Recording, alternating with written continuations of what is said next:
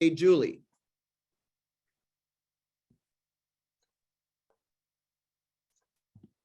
Thanks, Anthony. I assume everyone can hear me. I'm gonna just pull up my slides here. We have been having such a great time in chat. I appreciate you all chatting with me in there. And so if you have questions, just continue to drop them into chat, and Annie will be picking those up so that we can address them at the very end. So I'll go ahead and share my screen. As we mentioned, my name is Julia, and I work here in the AARP office as the communications director for the Iowa office. And we're going to be addressing this building block, one of the building blocks that Anthony mentioned. So in this section, we are going to, come on, there we go, talk about developing your message, one of those key building blocks, and then moving on to the tactics. So a couple of tactics, more traditional communications, and then also digital communications like social media is what we'll be covering in this section. And first of all, what's in a message? So these 3 C's are kind of a hallmark when you're trying to develop your message. Clear, concise, consistent. So I'm going to talk about concise first. And actually, Anthony already addressed this. He mentioned that elevator speech. This is the core of your message. Brad mentioned the core of your message earlier too. So we've been addressing this several times. How can you distill the advocacy outcome that you're trying to achieve into this sort of nugget elevator speech that is very concise? And one of the ways that you can get to there is to make sure that your message is very clear. So what does clear mean? So no jargon in this message. So acronyms, extended sort of technical analysis, anything that a regular person might not understand. Especially think about the people who you're trying to communicate to, who are the ones who are going to impact your advocacy outcome. That goes straight to the second point. You want to reflect the understanding and empathy for those readers and how they feel about an issue. So those readers, those listeners who are going to impact your advocacy outcome, how do they feel about this issue? This is also how you can get to distilling that message into the core message, the nugget, the elevator speech. And you can also think about, how is this message going to touch them personally? So make it personal by thinking about why your readers should care about this issue. How does it affect them personally? Does it affect their families, their friends, their neighbors, their pocketbooks? What about their commute? Find out how it affects these readers, these listeners, these targets who will impact your advocacy outcome, and make it personal. I want to share, I think I'll stop sharing this and share this. So this is can you see this with my crazy background? Is the red bleeding into the red? So this is an example of an AARP campaign that we had about 3 years ago. So it's really a logo. So the message was distilled down to a very, very pointed, clear nugget. And it's this, here it comes, come on, right by my face. Stop RX greed, cut drug prices now. And obviously this is a national federal campaign that AARP was working on, but just want to share that it's possible to get it all the way filtered down to that very core nugget level. Back to sharing the screen. Here we go. So the final C here is consistent. You don't want to confuse your reader by switching up how you deal with this message. You just want to eliminate as much confusion as possible. If you're inconsistent, it gets confusing to your audience. If your copy is inconsistent, if the way that you present this core nugget is inconsistent or has sort of counterpoints in it that don't match up, your reader gets confused, your listener gets confused, and they have to work harder to understand what you're talking about. And if it's too hard, they're going to stop reading, they're going to stop listening, and the worst thing that they're going to do is they're going to stop caring. So that's why this consistency is important. And then finally, you want to make sure that you're repeating that consistent message through any channel that you're working on. So Anthony mentioned, you're doing these building blocks, and the very last one is the tactics. So as you go to choose tactics like, email or press release for earned media, op-eds, letters to the editor, your core message is going to be repeated in every channel that you use. So I'm going to go ahead and move to a tactic.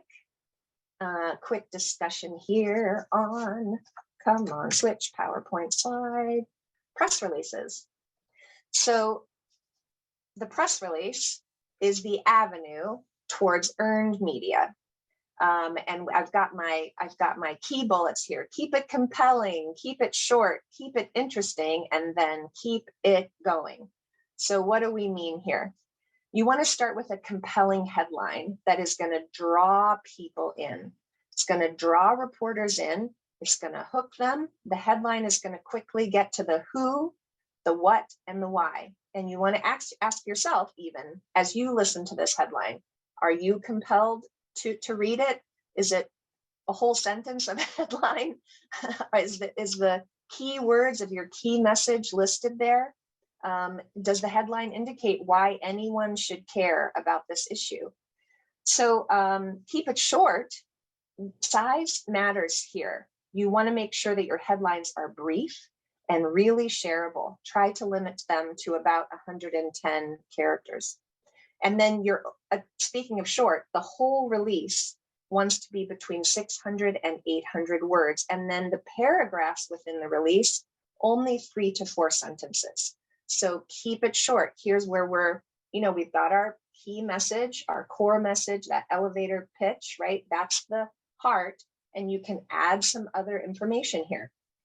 So keep it interesting as you go to choose what you're adding to your press release so that a reporter will pick it up and share it out, and you get that free earned media.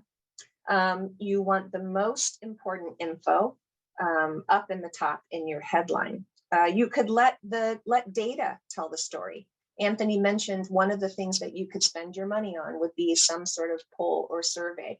So if you have data from something like that, or if you have other statistics from city planners or city managers that you could use, that's a piece of telling your story and putting some interest in there. Another thing that's a great thing to do is to include a good quote. Keep it interesting with a good quote from a subject matter expert or a thought leader. This gives your release credibility. It can humanize your message, and it will also help reporters with several different angles on your story. Everybody's attention, their attention spans are limited. So the other thing that you could do to keep it interesting in the press release, to keep the attention on your issue, you can break it up with headers, or you could pull out some bullet points so that it's not all one block of text. And this draws the eye of the reporter to the different elements of the story that you're trying to tell. And then finally, keep it going. This is where you're going to have a CTA. Jargon. A CTA is a call to action. So what action do you want people to take to impact your advocacy outcome? And you're gonna want that call to action right at the top of your press release, and then share it again down towards the bottom. So that's my keep it's. Those are all complete. But I also just wanted to share a tip. If you're worried about, who should I send this to? Where do I find reporters' names? It seems daunting to sign on to every single newspaper site or TV station or something like that. Don't be intimidated by who you're going to send it to. We have a media list here at AARP, and I can filter it by locations, right? So we can help you get access to a media list. And really, media wants news. You may think, oh, they don't care about this or they don't care about that, but they want to get press releases, but you just have to make sure that your press release is making news and has that compelling headline that's going to pull them in. So finally, the tactic that I'll discuss here is op-eds or LTEs. Here we've got jargon again. An LTE is a letter to the editor, and op-ed is opinion or editorial. So in this, you want to start with a hook. This is where you're going to hook your reader in. And think about when you're doing this, you're submitting your opinion column or your letter to the editor to a local newspaper. So you want them to run it, first of all. So they're your first audience, is the newspaper, but they also want to run things that are compelling to their readers. So your next audience is their readers. So you want to make sure that that hook pulls in both of those audiences and grabs your reader's attention. It's your introduction, it's your setup. So as you set up your argument, the next thing you want to look at is your thesis. So this is the statement of your argument. And your argument is built on evidence. You could use statistics. You could use news headlines. Brad mentioned earlier the top 2 most dangerous intersections. And so there we were, we had our statistics. We were doing a press conference from the second most dangerous intersection because the first one was too dangerous. So these kinds of statistics are a great way to build your argument. You could use reports from credible organizations. Always make sure that your sources are credible. Quotes from experts. History. You know best the history at your corner. You know, how many accidents have there been or something like that. And then that's your firsthand experience. So these are all pieces of evidence and arguments that you can use to build your op-ed or your LTE. And then we'll talk about a concession. So at the end, you could include a nod towards your potential critics and preempt them. You could acknowledge any flaws that you think they might find in your argument or address any obvious counter arguments. You know, every time this issue comes up, somebody always says this. So address that as a counter argument right there in your article. And then finally, the conclusion. The conclusion, you're going to circle back up to the top. You're going to go back to your hook and your setup, and you're going to say, here's where we started, and then here's where we are now. We're back in the same place, and this is why we need your readers to listen to this argument so that we can get to this advocacy outcome. And I'll say, you should do it all in 600 words. So an op-ed is about 600 words, but if you're submitting as a letter to the editor, that really is about 200 words. So I'm going to wrap up here, and I'm going to pass it off to Mackenzie. I'll stop the share and turn it over to Mackenzie. Is she on?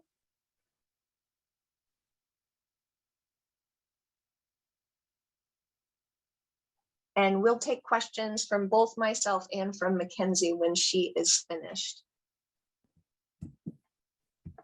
Hello, can everyone hear me? I hear you. Let me share my screen. Hi. Okay. Is everyone seeing this correct slideshow? We can see the slideshow. We're seeing the notes version of your slideshow. Is there any way that you can make that slide bigger? Yeah. So that it's my easy. slideshow has never been on with Zoom, and it's having a freak out. 1 second. So one thing that you can do is you can stop sharing and then Okay. play the big slide, and then Alt tab back to Zoom and share that screen is my. Okay. It's still Won't do it. showing the notes. Okay. 1 second.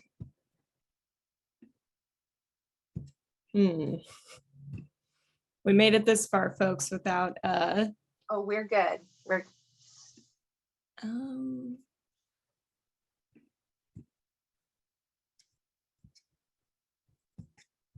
if we just have to move forward, then that's fine too. I think we might have to, but I don't think I have any notes. So I don't, hopefully it won't be too distracting. Okay. I've never seen my slideshow do this. Oh, wait, okay. We figured it out, hopefully. Let me share my screen. Okay, does that look better? It looks great. It's nice and big for all of our people who All are right. on mobile devices. Sorry, everyone. My name's Mackenzie. Let me just blaze through my intro real quick since we had technical difficulties. I'm an account manager at GPS Impact. I work remotely from Columbia, Missouri. I'm super happy to be here today. I first got started in social media as a digital strategist for Raise Up Missouri, which was a ballot initiative to help pass a Proposition B in 2018 to gradually raise minimum wage to $12 an hour by 2023. So this was an advocacy-driven campaign. I got a front row seat up to the do's and don'ts of social media advocacy, and I'm hoping to share what I learned from that experience and also in my experience doing social media with GPS Impact with all of you today. So what we're covering, as you can see, I stole this slide design from AARP. We are covering what we know, why social media, 4 steps to determine how to use social media for advocacy, and different platforms that you can use. Let me minimize myself. So what we know is that I can say with certainty that nearly everyone here today uses social media in some form, whether it's catching up with friends on Facebook, watching baking videos on YouTube, scrolling through the latest news on Twitter, that all counts as social media usage. And we are all using it in our day-to-day life. So we know that as of 2021, 7 in 10 Americans use social media to connect with one another. Social media is a part of people's daily routine, and Facebook users, 7 in 10 Facebook users and around 6 in 10 Instagram and Snapchat users visit these sites at least once daily, with the assumption that there is a smaller portion of folks, but still a lot of folks who visit it every day, routinely, often. So why social media? So why should you consider using social media to boost your advocacy work? Well, for one, it's accessible to anyone with access to the internet or mobile.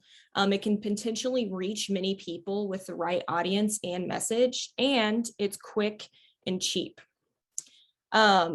So how do we use social media to achieve our goals? There are 4 steps to determine how to use social media for advocacy. Many folks start with a question that seems like the right question to ask, but actually it might limit yourself and all the possibilities you have to create change through social media, including the possibility to share your message across multiple platforms. So instead of asking yourself when you're trying to picture a social media plan, which social network is best? Should I be on Facebook? Should I be on Twitter? Should I be on Instagram, Snapchat? It's better to ask yourself, what are you trying to achieve? So social media should never be like, you shouldn't be posting on social media just to post on social media. It should be a means to an end. So what are you trying to achieve? How are you trying, who are you trying to reach? How often? What is your message, and what tactics will you use to achieve your goal?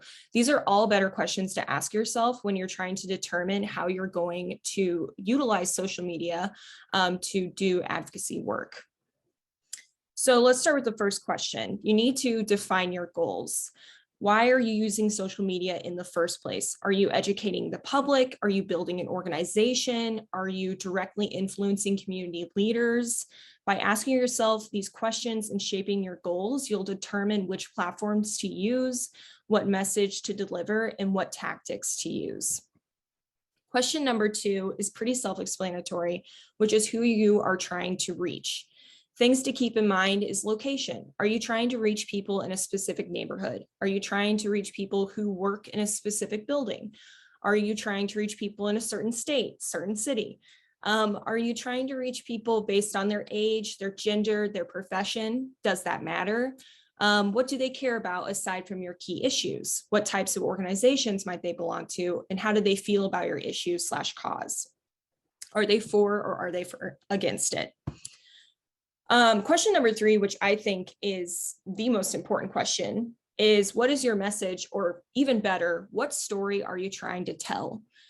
This is where the magic of social media can really kick in, especially when you're using it to create change. So what do you want people to know about your specific issue, your specific candidate, whatever it is that brought you to use social media in the first place? What do you want them to feel about your topic? And what do you want people to do once you reach them with that message? Do you want them to vote a certain way? Do you want them to donate to a candidate or cause? Do you want them to share your message to help spread the word? Do you want them to volunteer? Do you want them to talk to their city council member or show up to an event? These are all questions you should ask yourself before you even create a social media plan. So now we're going to go through some examples. I did use someone from my local community, but it is an organization that is aligned, I think, with a lot of the work that AARP proudly works on. So this is Local Motion in Columbia, Missouri, and they advocate for walking, biking, and transit.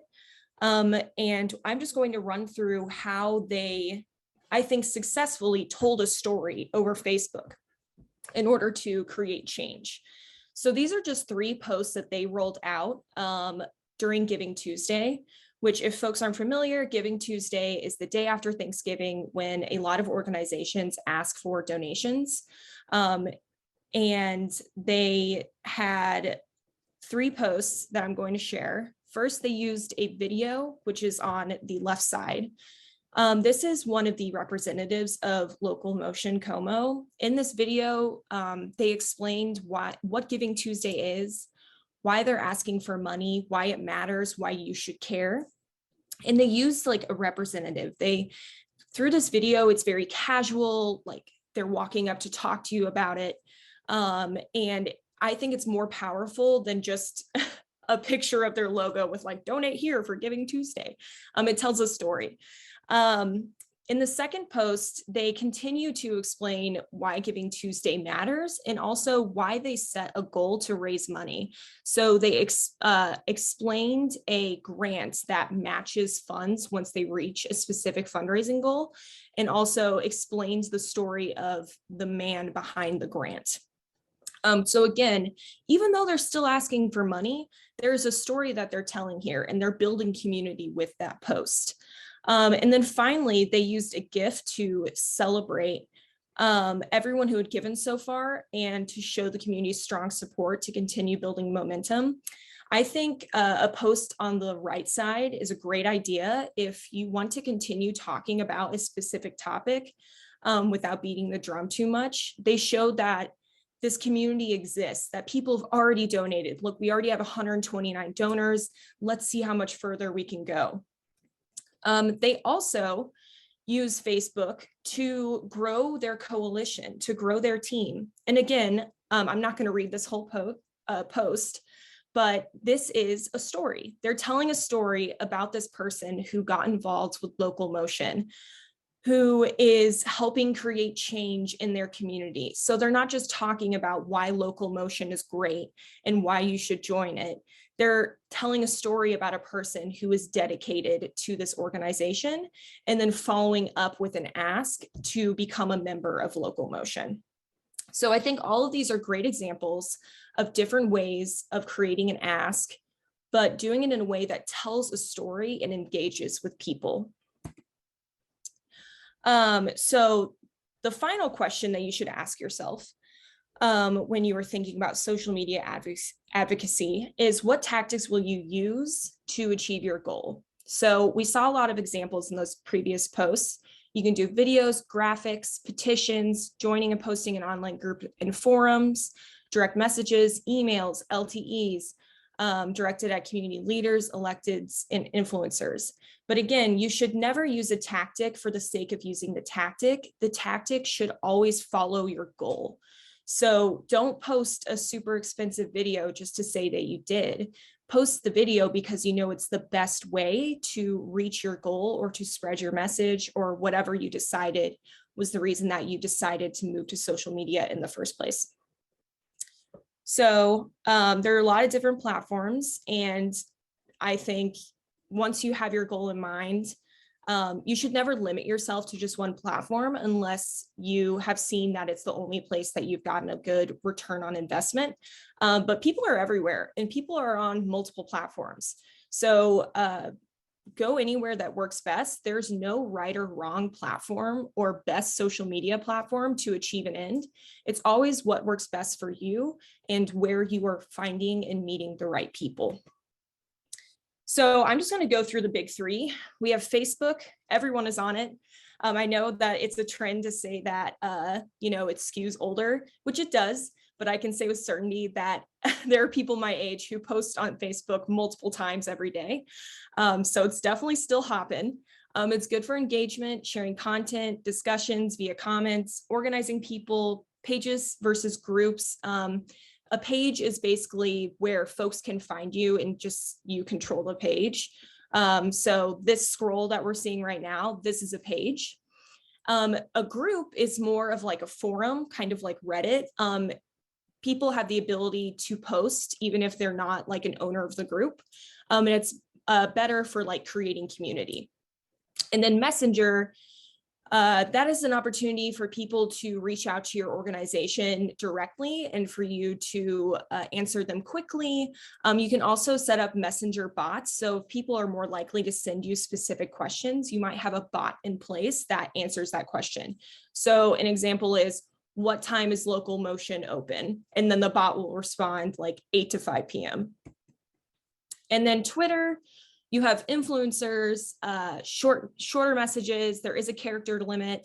As you saw in a lot of those Facebook posts, they were pretty long, but we have found across multiple organizations that long posts on Facebook can do really well if you have a message that resonates with people. Whereas with Twitter, like you do have to have a shorter message. You need to make it a little bit more snappy, but that is an opportunity to be creative with your messaging. There's also direct messaging, which isn't as hands-on as Facebook Messenger, but it's still an option. And then we have email. Longer, detailed, thoughtful content. It's more likely to get thoughtful responses if you ask folks to take a survey or respond to this email with questions. It's easier to catalog, save, and refer back to, and it can include attachments. So I have no idea if I went over the time or not. Let me stop sharing my screen. And I think now we're doing a joint question moment. That's great, Mackenzie. Thank you so much. I wanted to address a question that I had in private chat before my remarks. And I thought, oh, while I'm making my remarks, I'll just address it on the fly. But of course, I didn't get there. But in private chat, there was a discussion during Anthony's advocacy building block section, specifically about the big I word he mentioned, inertia. And that there's an element to this is a barrier that people face, that especially seniors, maybe it's a social isolation issue, right? They're home, they feel isolated, they don't feel the need to engage, or there's some sort of, anxiety with engaging, but also this idea that, well, we've been doing it this way for this period of time. So I wanted to address that from the communications perspective. How can you overcome that barrier with communications? And Mackenzie's social media examples was a great way to start.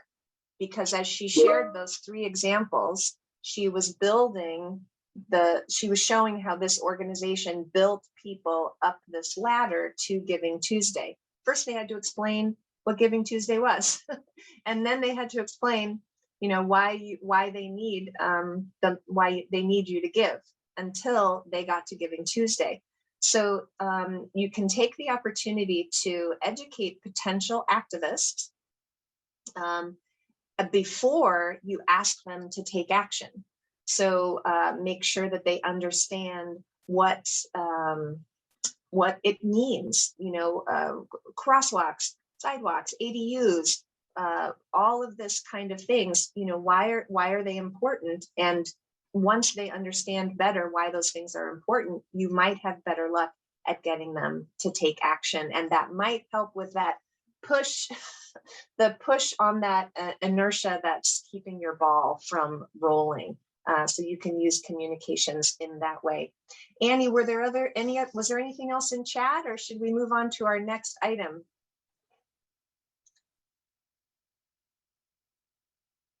Great. Annie says that we're going to move on. So Mackenzie, thanks very much. And you guys can keep putting questions in chat. Mackenzie can address them. I can address them as we move forward with our program.